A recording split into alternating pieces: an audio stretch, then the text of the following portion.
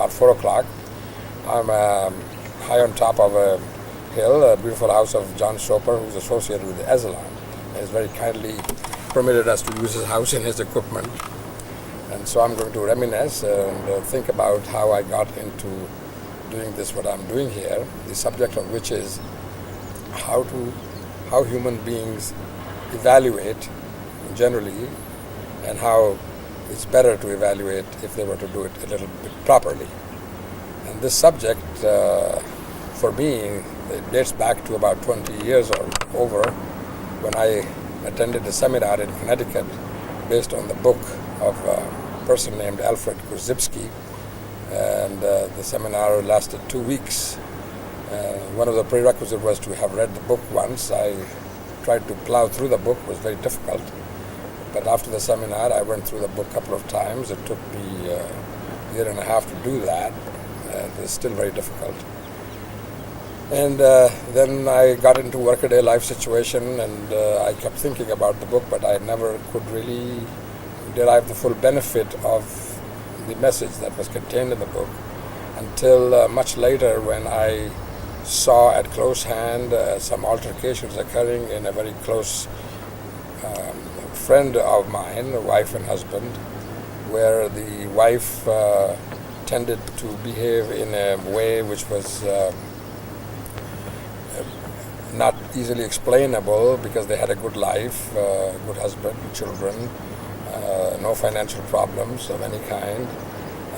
Yet the wife started raving and ranting at the man after about 10 years of marriage. And this made me think and try to connect whether what was going on had anything to do with what I had been reading in the last 20 years or so in the book. And it dawned on me that there was something going on here that I could put my finger on, and that was this.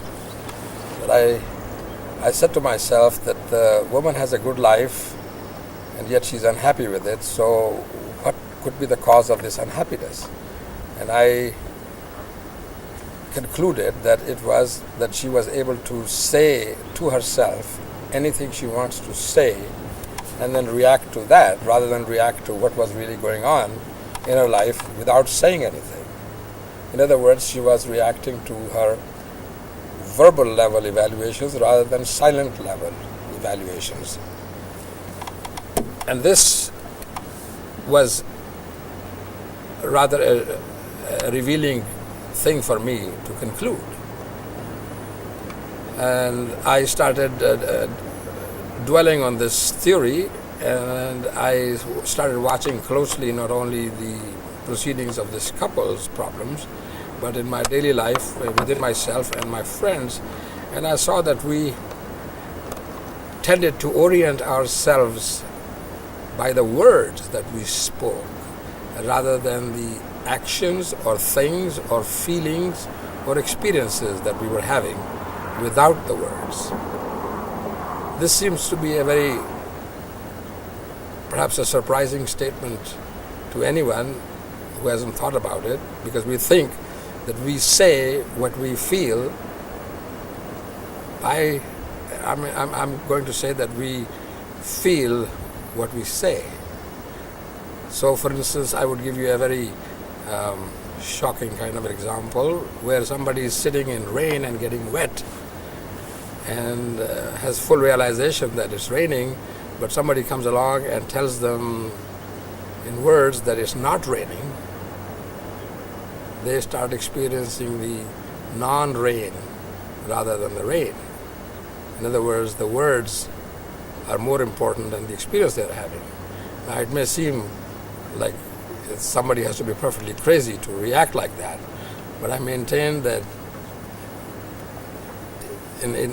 there are situations which are a little more subtle, and we are always committing this kind of an error, that we experience what we say to ourselves, or what is spoken to us, or what we have learned by using the language since our childhood, and the language that we have inherited is coming to us from the primitive times, and it has evolved, but structurally it has not evolved that much.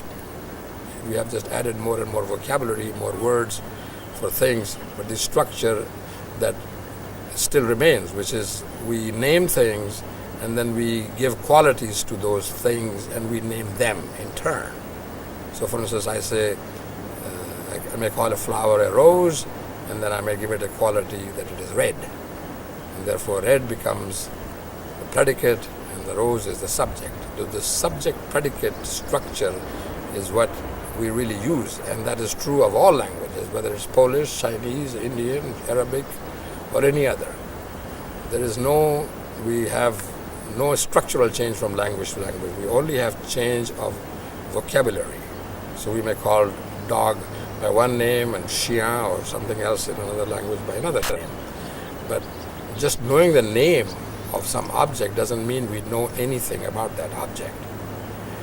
But you would see in daily life that people tend to ask names of things, and once the name is given, they seem quite satisfied that they have learned something about that object, which is wrong, and yet it is so common.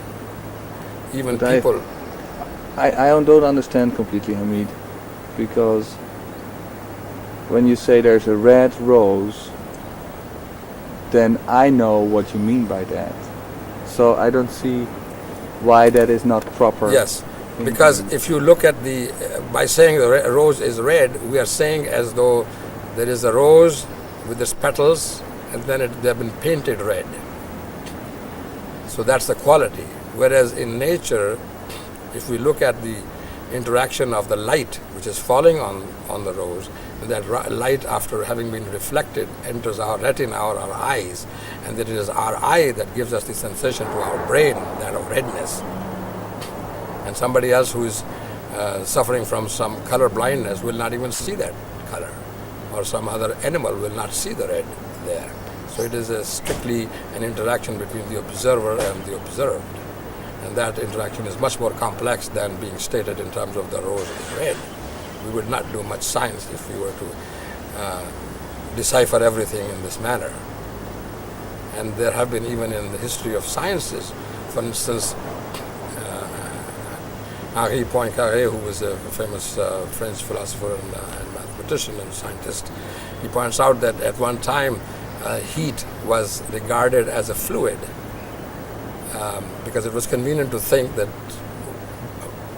heat flowed from one body to another when it was brought into contact, until the flow of heat was at a point where both acquired the same amount of heat, and that meant the same temperature.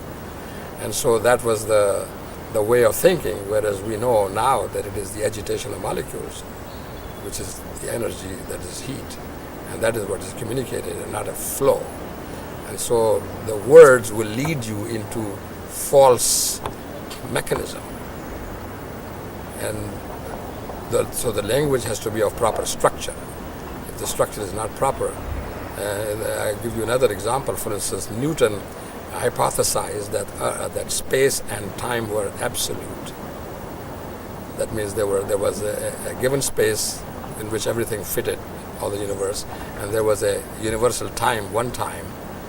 And this theory remained in force until Einstein put the two together by saying that there was nothing but a space-time continuum, and that the time there was a clock at every point in the universe. The time was relative and space was relative. And so an observer might measure things differently, whether he's moving in regard to what he's observing or versus he's in the same frame of reference. And so time and space were declared relative to the speed of the observer. And this is why it is called theory of relativity. So the language is very important. So the subject-predicate form of language is too simple, but it worked very well in the primitive times. So somebody saw a dog and he says the dog is black, or dog runs fast, or something else.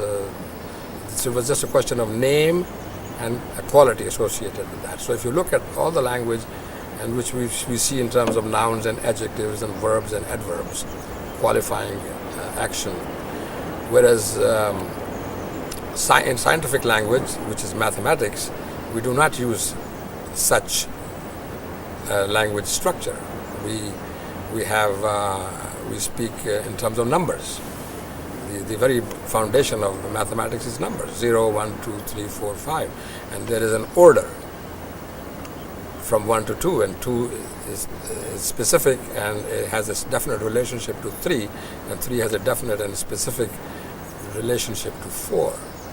This kind of rigorous relationship does not exist in daily language. We have a very fuzzy nature of identifying things with words and then talking about that word in terms of qualities.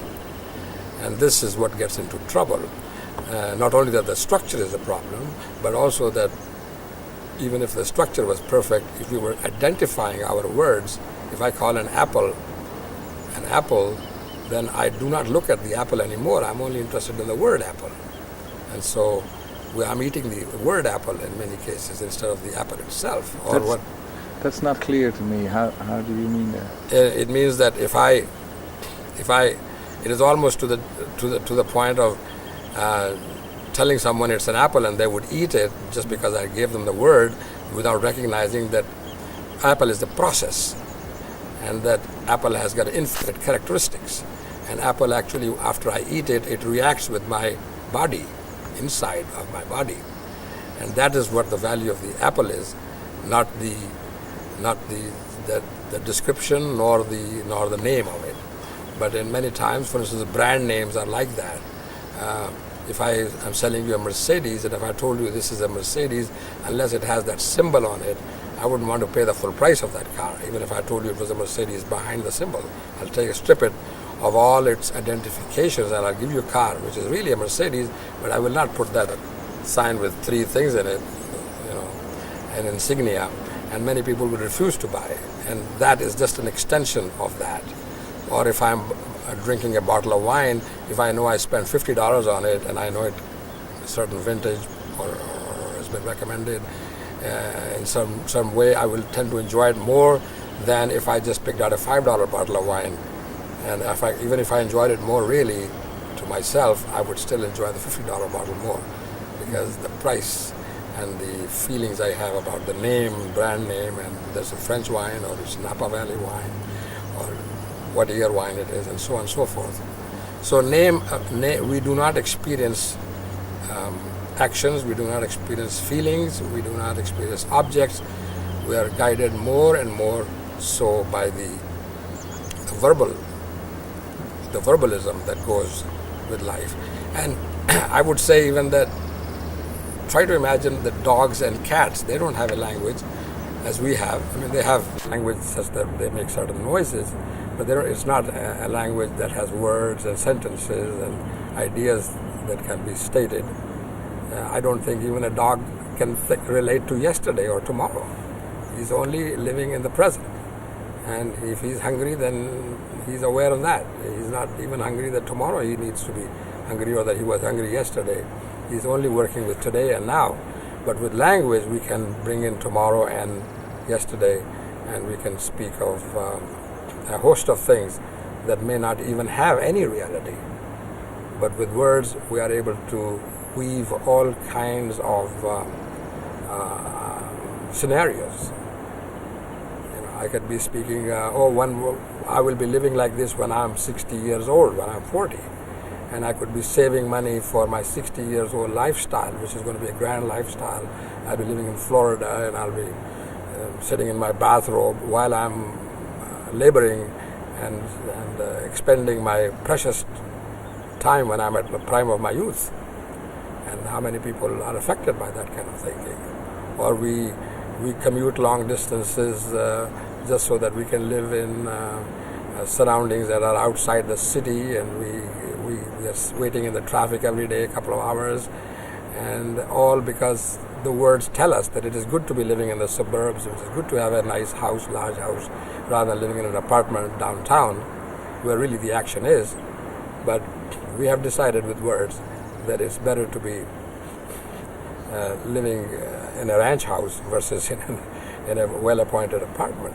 And again, a dog couldn't talk like that to himself because he doesn't have the facility of conversing with himself or other dogs. But if all the dogs got together, they probably say we We don't want to be treated by our masters the way they do, whereas human beings are able to weave rather elaborate lifestyles that, when looked at the silent level, they are not conducive to good life, whereas at verbal level they work well. I'm even thinking of, say, situation of battered women who stay with the man who is battering them, has been battering them, and they stay just with the words that, but I love him or he loves me, whereas anybody can see from the outside that words, leave the words alone, the situation is not very good for this person to be with this person. And so we are able to mask reality by injecting words that make us oblivious of what is really happening with us. This you also see, for instance, in schools when children are taught things, for instance, about subjects. They are usually satisfied once they know the name of something. So if you know, say, enzyme or the word electron or proton, you feel quite satisfied that you understand the structure of matter. Whereas those are just names that have been given to those entities that we could not further analyze. And we stop analyzing any further until we reach a certain point of knowing what that entity is, then we give it a name. But if we find another entity, then we will create a relationship with that entity and the other entity. But most of the time that the structure of knowledge is such that we're interested in relationships. For instance, if I build a house and I could have a bunch of bricks in a heap, well, the house is not a heap of bricks, only when they are in relationship to each other that we have walls and floors and ceilings, and only then we have a house.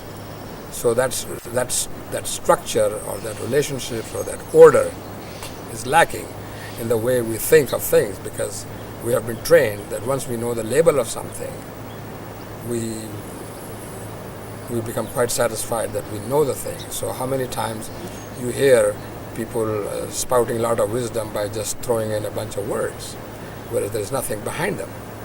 I even venture to say that suppose we did not have the word bored or to be bored in the English language or in any language, let's say, then would we ever get bored? It's a feeling that usually one gets if they have nothing to do or if they're doing something that they don't particularly like doing. So that's when we attach this label to that. But suppose I did not have that label handy with me, then would I really feel at such times as though I am restless or I am not happy with my situation? We would just let the situation go. Or I could create a new feeling, let's say. I could say that at 10 o'clock in the morning there's a certain feeling that we should all feel, and let's call it 10 o'clock feeling. And then if everybody went along with me, well, then suddenly they would have that 10 o'clock feeling, and we would just generate this feeling which really has no basis. Or as there's another example, for instance, the year 2000 is coming up, so a whole new century is being dialed up, and to me it is just a day after day, another day. And this counting of the century, this counter was arbitrarily started roughly 2,000 years ago. Why are we so concerned that there is a new millennium coming or a new 100 years coming? It is all a matter of adding 1 to 1999, which produces 2 zeros and a 2. But the 2 zeros at the end of a number are very appealing to a lot of people. People celebrate their birthdays when they're 50 and 40 and 20, and 27 is not that important somehow. And that puzzles me because there is this orientation with words again, which causes them to give undue importance to what they say. So we can think of a lot of examples. For instance, people give a lot of importance to their names that have been given to them. And if should somebody forget their name, they get very upset. Whereas a name is not that important. It is the individual and what they do is what's important. And so in naming things also, We don't want to, when somebody says, let's say it's a bridge, if you see a bridge, it's a bridge, that's not good enough answer. We need to know, what does this bridge do? And the answer is that this is a way of going from this solid ground to the other solid ground over a ravine or a river. And so we should the language should always be actional, functional, and should describe some behavior rather than just naming things. That's not good enough. We need to say what it doesn't do. So if I say electron, we need to know what the electron does. Or if somebody says, I love you, that in itself you should ask the individual, what is it you're going to do now? Because the word itself, it's identifying a certain feeling, and that feeling has no meaning unless it translates itself into some activity, such as wanting to pay your rent or buy your groceries for an indefinite period of time. No, I understand that words makes our experience, a little bit flatter. Huh? Makes, words are not our experiences. That's what you say. That's right. But I don't see you say like we should name things always specific in matter of action and things. But that would take us a lot of time to communicate when we couldn't use words, labels to bring information over, right? Well, you can name them, but then you have to create a relationship between that name and something. By itself, nothing exists. To exist is to be related. So, in and of itself, a screw, for instance, or a nut, in and of itself is of no use. Unless the nut and the screw get together, then you can bind things together with it. Mm-hmm. So there is always a relationship with other things. You only exist that way. So naming is okay, but you need to create relationships. So if I say, I have this feeling of love, but it doesn't trust, and I just say, I love, and you're just sitting there, I don't know what to do with that feeling, unless you do something for me. So give me an example. When I, for example, say, I feel depressed. Yes. What would you do then with Then I would say, okay, that's the feeling you have, but what is it doing inside you? Because the word, that feeling could be, is different in different people and different within the same individual at different times. And it is triggered by different stimuli or different things that are happening to this individual. You could be depressed because you are ill. You could be depressed because you have financial problems. You could be depressed because you have no friends. So then we can deal with it if we are more specific and not just use the word depressed. What is the nature of this depression? So that's what I would go for. Depression is a word which has to be translated closer to some behavior, some action. So if I say, for instance, this car is going very fast, that doesn't tell me unless you give me some number. Is it 60 miles an hour or 40 miles an hour? What do you mean? Going back to the example of being depressed, yes. Then it would be more helpful when I say I'm depressed because I'm ill, or I'm depressed because that I bind it to something. You mean? Yeah. Then you are connected. And then again, illness. What illness is this we're talking about? Is it a result of some virus, or is it a result of an injury, or what? And so we need to always go down to the silent level, where no more words will be necessary. We will really have a picture in our mind, and we will imagine exactly, or to a degree, what this other individual is experiencing. That's not totally clear. To the silent level? What do you mean? Yeah, the non-verbal level. There are only two levels of evaluating. One, evaluating at verbal level with words, as I said, which is not very well recommended, because if the words have wrong structure, we use the language of wrong structure, subject, predicate. And so we, as I say, space-time being separate versus space-time being together, different words, different, or the nature of heat being a fluid versus agitation or energy movement. And so words steer us into certain way of thinking. And whereas if we get rid of the words for a moment, then we are able to look at things as they are. And that is where we live. When we eat, we we don't perform the activity of eating. We perform what we perform. And if you were to observe, but with the word, he's eating. But that's a very elaborate process of chewing and gulping and handling the food and preparing the food and digesting the food and finally getting the residue out. So this is a very elaborate affair, but we just use the word eating. Well, he's got an eating disorder, for instance. What is that eating disorder? Well, he eats too much, or he eats and then he vomits it out, or he doesn't eat enough. See, under eating disorder, we have so many variations, but a lot of people will stop at that very word. There'll be enough information that I have eating disorder. And similarly, in all facets of explanations by words, we need to be interrogating the individual. So somebody says, I'm feeling fine, or I'm feeling not so fine, and we don't jump to any conclusions in the way we think what fine or not so fine means. We need to ask the individual to go closer to their silent level and give us more elaborate description. So when you, for instance, come to a doctor and you tell him you have a problem, you say, okay, I have a problem in my foot, let's say. So he's not going to be examining your head. So he needs to have some idea where the pain is localized. And after that, he doesn't ask much. He gets his instruments out, or he gives you a blood test, or he's feeling things and he's asking you, does it hurt or does it not hurt, until he pinpoints it. But your verbalism is not what he's looking for. He's only trying to find the source of the problem, and then he can order some laboratory tests, and eventually whatever the prognosis is, whatever the diagnosis is, according to this, there will be a treatment. And you find that to be the case.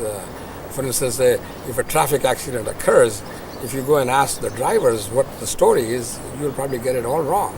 So what you have to do is look at the tire marks, look at the position of the cars in which they have finally stopped, and then from there determine who was coming where from, and what speed they may have been driving at, and from the collisions and the dents that you observe, then you can probably reconstruct a better picture than what the people will tell you. And this is, we do that all the time. In a court of law, the same kind of thing is being done. They're trying to go to the things that were happening rather than what the witnesses or the people in the dock are telling us. Mm-hmm. So the attempt is always to go to the silent level, where there are no words, and so we try to get at the truth that way. So in our own lives, at least, we should not becloud our judgment by using words to a higher degree than we need to. I mean, there is nothing wrong to use words to order a cup of coffee, or saying it's too hot, or I want sugar in it or milk in it, because they are quite clear instructions. But to at the end of or before the coffee saying, I'm dying for a cup of coffee, now that is a very different situation for different people. Some people, lack of coffee will cause them to have certain feelings, and then the satisfaction of having had a cup of coffee would give them different feelings, and those feelings cannot be verbalized. They're individual, and they're inexpressible. And the individual himself also should not try to say, now I'm feeling so good, or I'm feeling satisfied. They should just enjoy the feeling that they're having without trying to verbalize it. And this verbalization, not only it occurs between two, but people even to themselves, there is a chatter in the head that is constantly going on. So if they are having a good time, they keep telling themselves, I'm having a good time, rather than have the good time. And they're more interested in reporting the good time later on, rather than having the good time at the time they're having. How many times you have a good time, and then how many times you go and tell other people about it? I think that's quite unnecessary. So you say verbalizing tends to make you unhappy. Verbalizing, you are out of touch with your physical situation. You are living it at a verbal level, which is not where life is lived. That is just a very wonderful capacity that we human beings have that the animals don't have.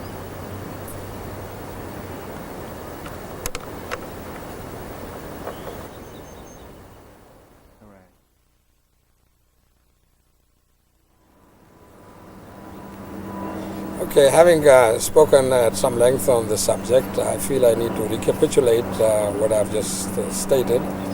And all I'm saying is that we human beings have this tremendous ability to speak that other animals don't have.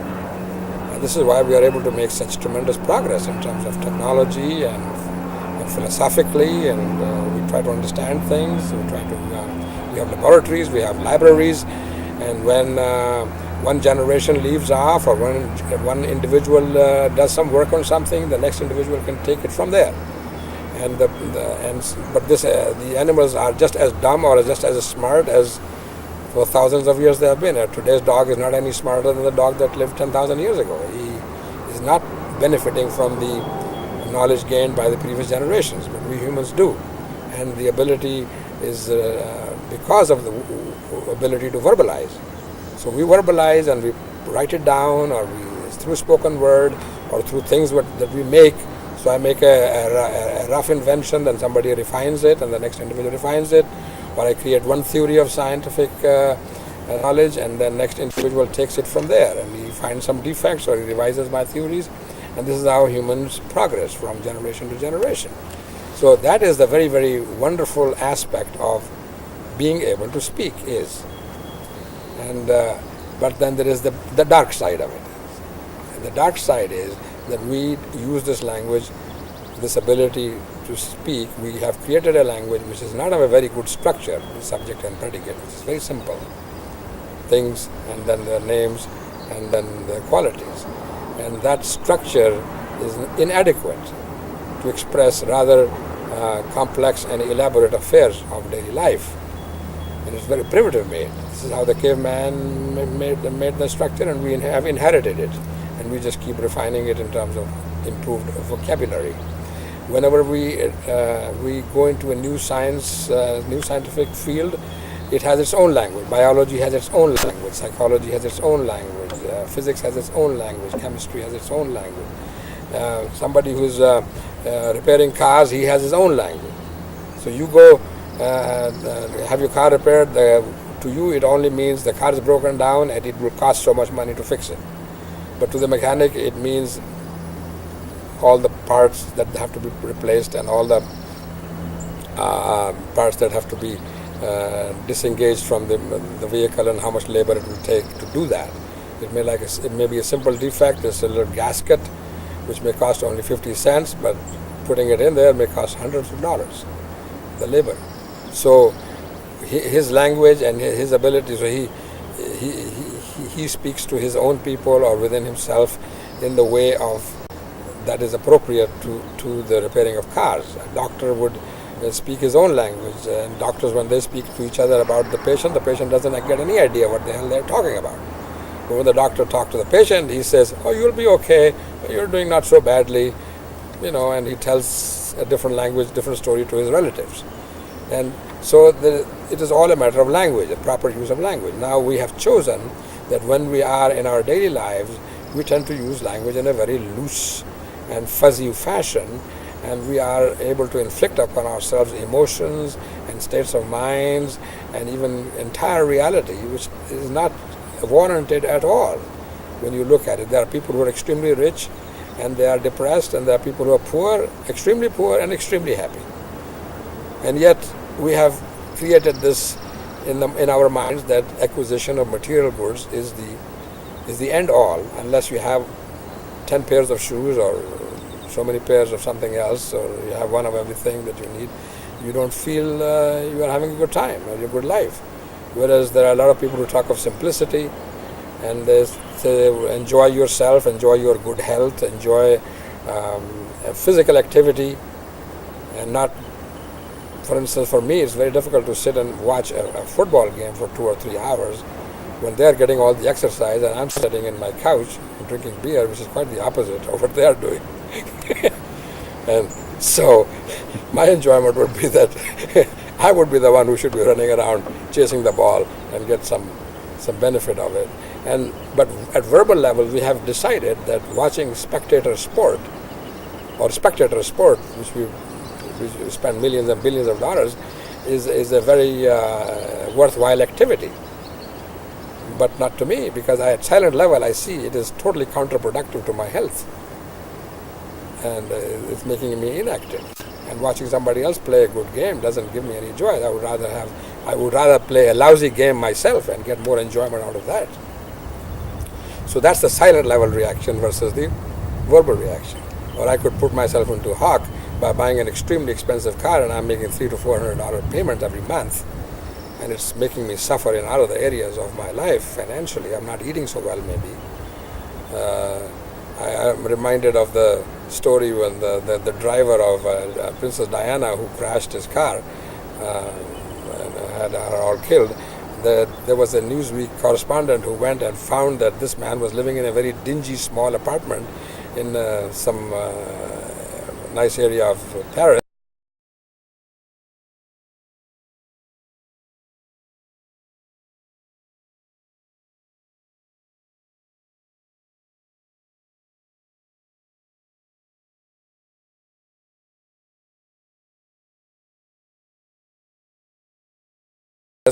Little apartment which was not very well furnished and wasn't so large, which to Americans, having a large apartment, the bathroom is larger here than some people's.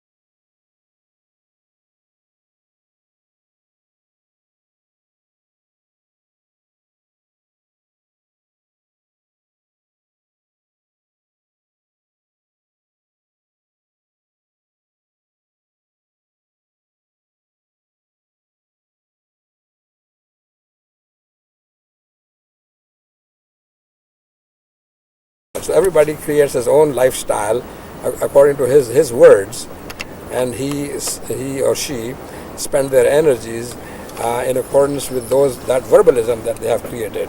And no wonder that it is not very satisfying to live, because you are leading a lifestyle based on some verbally approved lifestyles versus the lifestyle that is actually brings you enjoyment. If you're going to drive for skiing, for instance, having worked 5 days in an office, and you have 2 days a weekend, which you're going to leave home at the early Friday, earlier than normal quitting time, say 4 o'clock, and you're going to drive 5 hours to Lake Tahoe, and then arrive there at dead of night and get into a chalet or an apartment, and in the morning you are standing in line to get to the skiing lift and so on, and then you work and ski like expending a lot of energy during the day, and then you, at the end of this week-long trip, you come back home all tired Monday. It's not much enjoyment, but yet we think that living a life like that is really living the life. It's a great life. Whereas when you check your body and the amount of energy you have spent and the amount of money you have spent, probably it's not worth engaging in that kind of activity. And then, but verbally, it sounds very nice that I had a skiing weekend, and that is summarized in those words. And of course, there's the drinking that goes on at night, which further weakens your body, and then. And we hear all kinds of accidents that also occur from it. So it's a very expensive hobby. Then on top of it, suppose you own a sailboat. Now that really makes your life very, very enjoyable. But look what you have to do now. Now you have to take your sailboat also to the ocean or to the river from time to time. And you don't have enough time and energy in you because you still have 40-hour work week. And so you're spreading yourself too thinly in your physical activities. But at verbal level, you are having the life of a playboy or a great sportsman. But when you look at it silent level without words, you find that you are a nervous wreck and a physical wreck. For instance, personally, I would never run a marathon. I would just rather run 2 miles a day 13 days and make it 26 miles that way, then run 26 miles, and get all dog tired at the end of it, and actually you can cause a lot of injuries to your body. And So how does that apply to the verbal? well, because it's the verbal level that drives you to do the marathon, not the physical level. Because if at the physical level, it's probably very painful and you wouldn't do a thing like that. But the verbal high that you get from it, telling your friends you run marathons every year, and that you're able to do it, and there are a lot of people, for instance, who jog all their lives, and at a certain age in their life, for instance, when they're in their late 40s or early 50s, they lose their kneecap cushion in their kneecap because they have overused it, and then they can't even stand for half an hour in some place. And this is exactly a verbal level motivation to act like a really individual who's very athletic, but you have really ruined the enjoyment of your life for the later part of your life when you cannot even walk properly. Or the accumulation of money is a similar example. You work yourself to death to acquire millions and millions of dollars when only hundreds of thousands or tens of thousands or scores of thousands are dollar enough. You don't have to go into 6 figures or 5 figures. 3 figures and 4 figure money with taking time off here and there would work just as well and would be much more enjoyable than to be making millions and hundreds of millions of dollars. And that is also verbal. For instance, somebody mentioned to me once that, recently actually, that barter would have been a better idea, where you just exchange eggs for milk and meat for clothing type of thing. So there at least your needs are being met in accordance with the goods and services that you are acquiring. But when it comes to accumulation of money, there is no end to the amount of money that you can accumulate, because you may accumulate much more than what you need. And so that is again a symbolic or verbal level behavior where we are having more fun but enjoying less type of thing, because verbally we are able to justify a lot of our excesses. So that was I could go into this subject more deeply and could analyze the working of the language more carefully, and I could give you evidence out of mathematics and scientific fields how verbalism over there gets them, even scientists, into trouble. I will just confine myself to the daily life, because no amount of exploring outer space or making beautiful cars, Model T would work just as well for us today as a 1998 model.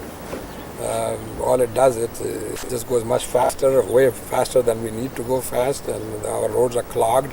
We're moving on the average 30 miles an hour during rush hours, or not even that. And yet you are sitting in this time machine, so to speak, again at verbal levels. An old car with an old model, a 1946 clunker would work just as well.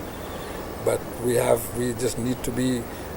We had model changes with cars, which was an American invention, and then Japanese carried it to even cameras and VCRs, and everything is now every yearly model changes, new televisions come out, and so we get unhappy with our older model of whatever we have. Hamid, one thing I think about is that you said in the beginning of this part, you said that because we express verbally, we developed ourselves. We are not like the dog who is the same like Yes. the dog 1,000 years ago. True. So that there is, seems to be a good side that's right. to this verbalizing, right? Yes. Yes, and that good side has produced all this creature comforts that we have. If you look around your house, you are totally dependent on appliances that are driven by electricity. Mm-hmm. If we just have no electricity, none of the appliances would work. Mm-hmm. And all the appliances, just start thinking of each and every appliance. Without it, your life is so difficult. So here are the fruits of the labor of correct thinking.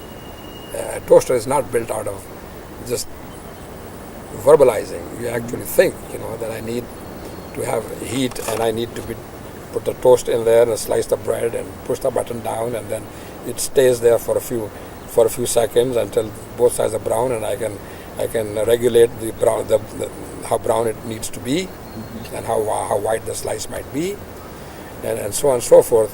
And there is no verbalism. It's all doing something. Somebody who had built the toaster, they said, I wanted to brown my slices from the bread and toast them, and then they had to go to work on silent level, and they had to create this contraption, which for $20 anybody can buy, and it works very well. And that's true of all the other appliances and gadgets we have. Then we take some verbalism, flight of fancy, where we begin to become unhappy just because the word unhappy exists, or word happy exists. For instance, here I am sitting down and enjoying my existence one way or the other, and somebody would ask me this question, but are you happy? Now, if I am not verbally oriented, I will not answer that question. I wouldn't even consider that question, answering that question. I am the way I am. But perfectly enjoyable moments and perfectly enjoyable life suddenly is turned over upside down, because the person has to answer this question suddenly. Am I happy? And the answer would be most probably that you are unhappy, actually, in spite of all these good things you have. So with words, we are able to... that last thing I don't understand. Why would you be unhappy? Because we have in our minds certain other ideas beside providing ourselves with good health and having good energy. We tend to seek something that is beyond this, and that is what the word happiness and unhappiness is attached to, as though there is something that is fleeting and that is difficult to capture. And so, do I have that? And if I cannot put my finger on it, I wouldn't even consider this. But then you will say, oh, am I enlightened or not? Or am I spiritually enlightened? Or if I am, and then people start thinking about, let's say, well, I'm happy now, but will I be happy in my afterlife? And so there is no end to the amount of concerns that you can bring to bear verbally. Because verbally I can say that beside our world, there are other worlds. It makes me think about Picasso. He said, I don't develop, I am. Yes. That's something of this verbalizing in that. Yes. You agree? Yes. Well, I don't know what he meant by that. I don't develop, I am. I don't seek for something I have to be in the future. It's just, I am here right now. That's right. That's all I am. Well, if that's what he's thinking, then that's good enough for me. Because the moment that is more of greatest importance to me is the moment that is now with me. Because the last moment I cannot capture it, and the moment that is coming I cannot seize it either. So this is the only moment in which I am enjoying. And I find a lot of time listening to people, they are either telling the anecdotes from their past or they are discussing their future plans, whereas the precious time, now and here time, is being totally ignored. But it seems so difficult to me, because I'm very trained to think about my future, put it into words, or my past. So how would you train somebody? So it is the addiction of words. It is the preoccupation with words. We are wordaholics, so to speak. We live our lives on word level, and so just the realization that if I want to live, I have to live. I live without words. I mean, when I eat or I sleep or I amuse myself in some way, or I swim or I run or I'm feeling good inside. It's all happening at non-verbal level. That's where life is being lived, and not when I speak. When I speak, I move away from the nitty-gritty of living.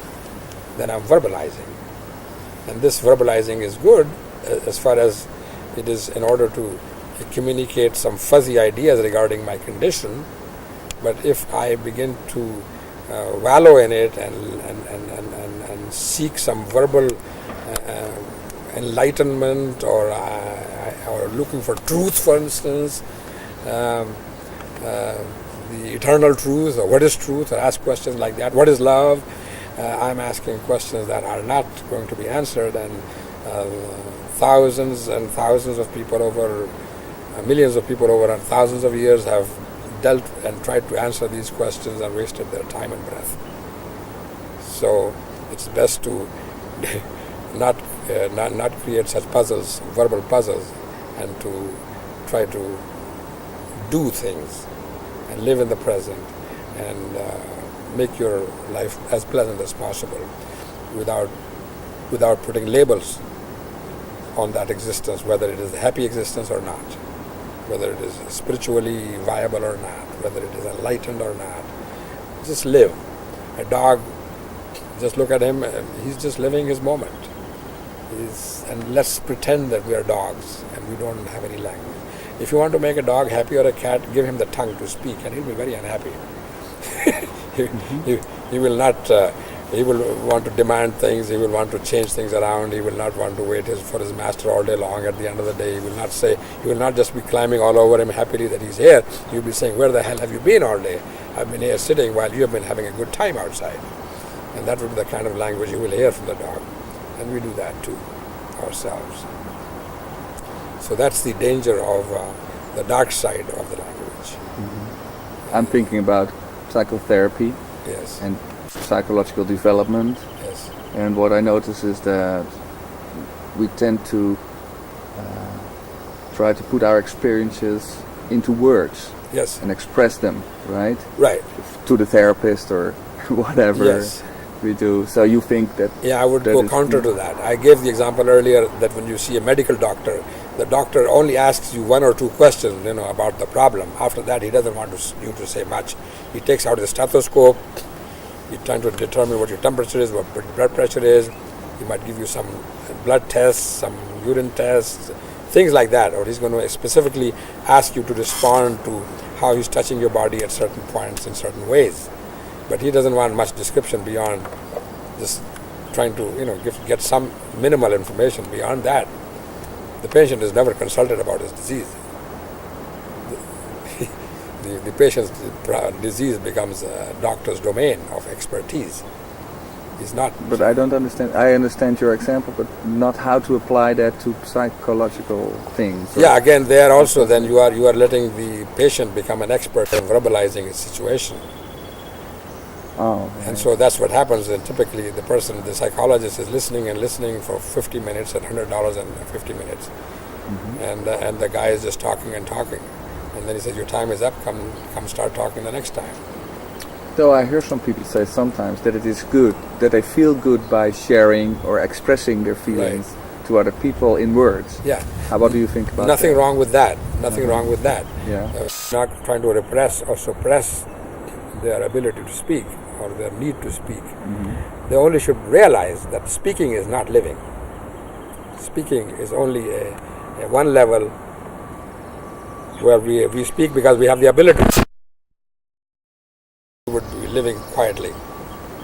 And then we would also not have any inventions and progress, and we would not be telling other people, look what I learned the other day and you can carry on after me.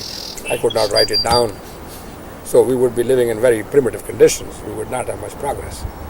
But then the dark side of it is that then we very loosely begin to use, it's like a knife used for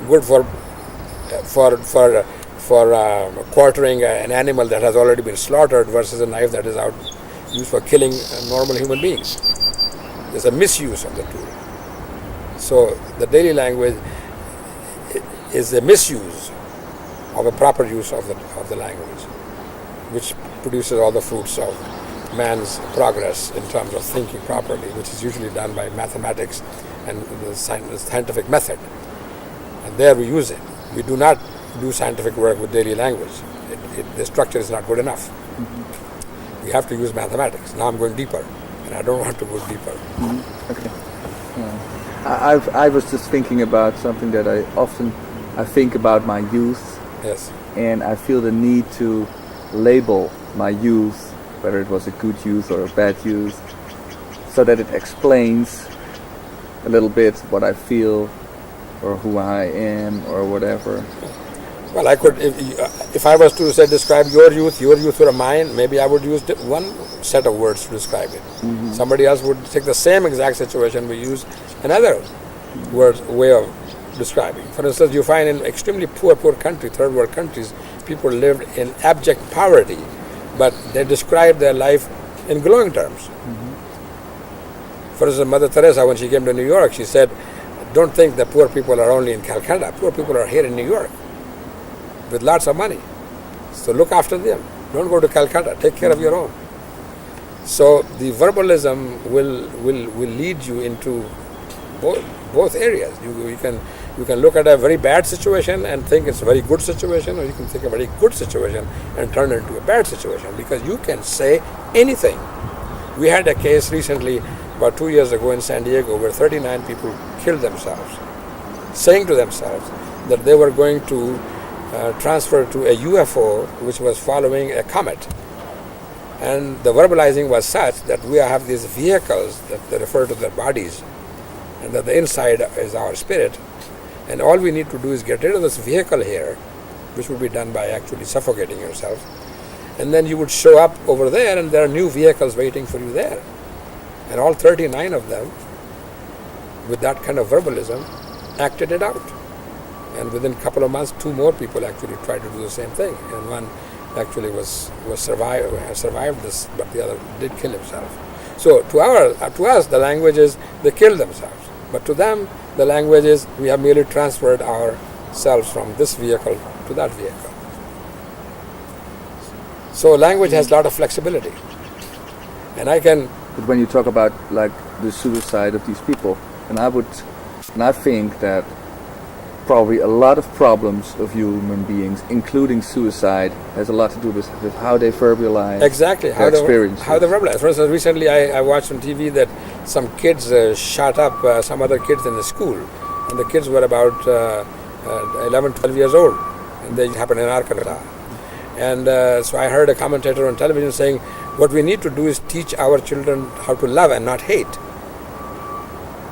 That is not the problem, I don't think. They are acting out some verbalism, which is not that I hate, and I don't love, I don't love. They are acting out some verbalism.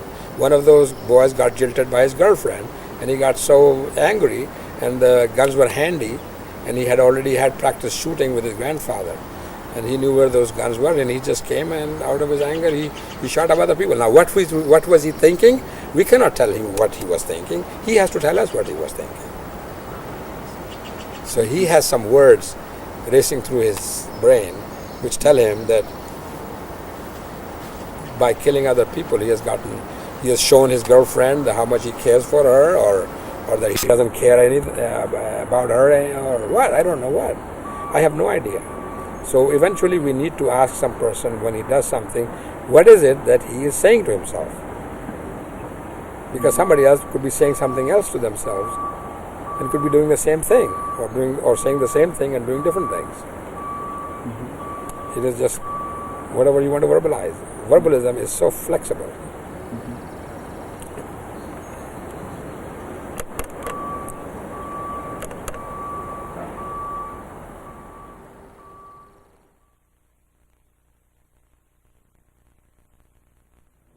So the upshot of what I'm saying is that we are able to manufacture verbal facts, and then we treat those verbal facts as though they were silent level facts.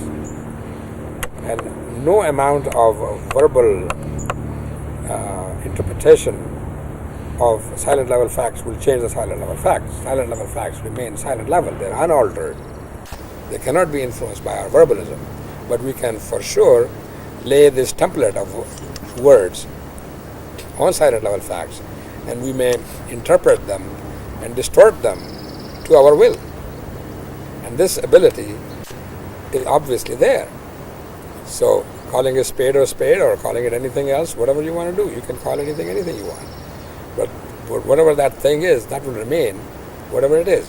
And we almost need a truth fairy, or somebody who is trained into looking at things and not verbalizing, to come us and tell us, like a Sherlock Holmes kind of a guy, who will tell us, whether it was the butler who did it or somebody else did it. And that is the detective work that we need, which we don't possess, because we are so quick on the draw with words that we refuse to look at silent level facts And so we manufacture verbal level facts. And those verbal level facts we orient ourselves throughout life with those verbal level facts. For instance, if you are in Los Angeles and I give you a map of San Francisco and tell you this is the map of Los Angeles, you will be disoriented. You will not be able to find your way around. And soon enough you will discard that map and you say, this map is not working for me. I can't find Wilshire Boulevard or things like that. Whereas if you persist in using that map and don't become wise enough to realize that this map is no good and I need to discard it, then you can see the distortion in your life. You will be forever lost and you will never find any of those streets in Los Angeles because you have the wrong map. So our verbal maps are the same way. So if I'm looking for some elusive happiness or enlightenment or a spiritual fulfillment or something like that, some verbal thing that I have in my mind, no matter how much real happiness and real solace I find in life, I will always be searching and searching and searching. So then how would you define happiness? To orient yourself at the level where you exist, which is without words. And without words, if you are feeling good, then you should be feeling good. And don't bring in superfluous or other considerations. As I said, this is a person who is perfectly happy in his life, enjoying himself, and then we ask him the question, but are you happy? And that certainly puts them into a quandary. And so we are always looking for, but am I happy? I'm doing all this, but am I happy? This is a very constant, this runs through, you say, well, if I have all the money, suppose I don't ski, I don't have a boat, sailboat, I don't go to Europe for my vacation, I just stay in my house and I'm perfectly at peace with myself just doing that and doing my 50 weeks of work and 2 weeks of holiday, which I also spend at home. But somebody comes and I say, you must be a very miserable creature. You don't do all those things that the rest of us do. Your car is a clunker. It works though. You don't have 10 pairs of shoes, or you don't go out to eat restaurants, or you don't, drink this, or you don't do that, and yet you could be perfectly enjoying that life. But if you're influenced by these words, you will become unhappy. They will make you unhappy. So verbalism has influenced your otherwise a very peaceful life. And so you can become unhappy again, even though you have found happiness in your life. I have found, I live on very minimal amount of money, and I have very minimal needs, and I find myself one of the happiest people in the world. And I enjoy the fact that I have good health and that I have interests that keep me feeling good, pursuing interests such as I'm pursuing right now. And I study books on mathematics, history of physics, and teaching my son how to look at mathematics at a silent level versus just verbalizing it. That brings me immense joy, that I'm able to pass along this gift to him and that he will lead a happy life. And I tell him also that you don't have to be a physicist or a mathematician. Just know these things, learn to evaluate things at silent level, and use words carefully, recognizing that they are an appendage to our way of existing, and you will have a good time. I don't care whether you turn out to be a gardener or a waiter or anything, or a hairdresser, who cares? It's not important. Whereas when we raise children, we try to teach them piano, we have tennis lessons, we need to make them do good also, and we need them to be doing this and that and the other, and some of these children become nervous wrecks. They don't have the energy to put out, and they become unhappy. But at verbal levels, we say to ourselves that we are raising great kids, and some of these great kids then later on have serious problems in their life.